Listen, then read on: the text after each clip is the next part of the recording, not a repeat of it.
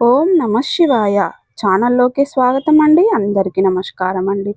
ఈరోజు శ్రావణ మాసంలో సోమ మంగళ శుక్రవారాల్లో చేయవలసినటువంటి పూజలు ఏవి అనే వివరాలన్నీ మనం ఈ వీడియోలో వివరంగా తెలుసుకుందాం. అయితే హిందూ మత సాంప్రదాయ ప్రకారం శ్రావణ మాసానికి ఎంతో ప్రాముఖ్యత ఉంది.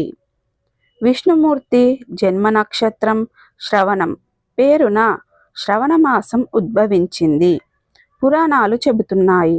అందుకే ఈ నెలలో పూజలు వ్రతాలు ఎక్కువగా చేస్తూ ఉంటారు.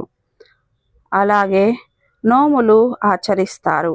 శ్రవణ మాసం అంటే ఒక లక్ష్మీదేవికే కాదు, విష్ణుమూర్తికి కూడా చాలా ఇష్టం. ఈ నెల శివుడికి పార్వతీదేవికి చాలా ఇష్టం.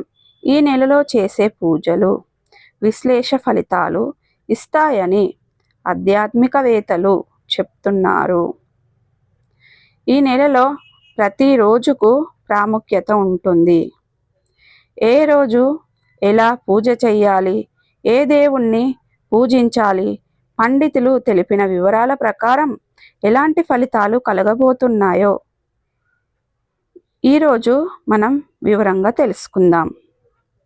అలాగే శ్రవణ సోమవారం పరమేశ్వరుడికి కూడా శ్రవణం ఎంతో ప్రీతికరమైంది.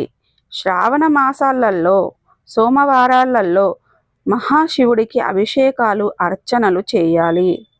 శివాలయాల్లో ప్రత్యేక పూజలు అభిషేకాలు జరుగుతాయి. ఇంట్లో కూడా శివలింగాన్ని లేదా శివుడి ఫోటోను పూజించుకోవచ్చు. పండితులు చెప్తున్నారు, ఈ రోజుల్లో జూలై 28, ఆగస్టు 4, 11, 18 తెల్లవారుజామునే కాలకృత్యాలు అనంతరం శివలింగానికి పాలు, పెరుగు, తేనె, నెయ్యి, పంచదార, విభూతితో అభిషేకం చేయాలి. బిల్వపత్రాలు, జిల్లేడు పువ్వులు, మారేడు దండలు, అక్షంతలు, తెల్లటి పూలతో శివుణ్ణి అలంకరించి శివనామమాలను, శివసూత్రాన్ని పాటించాలి.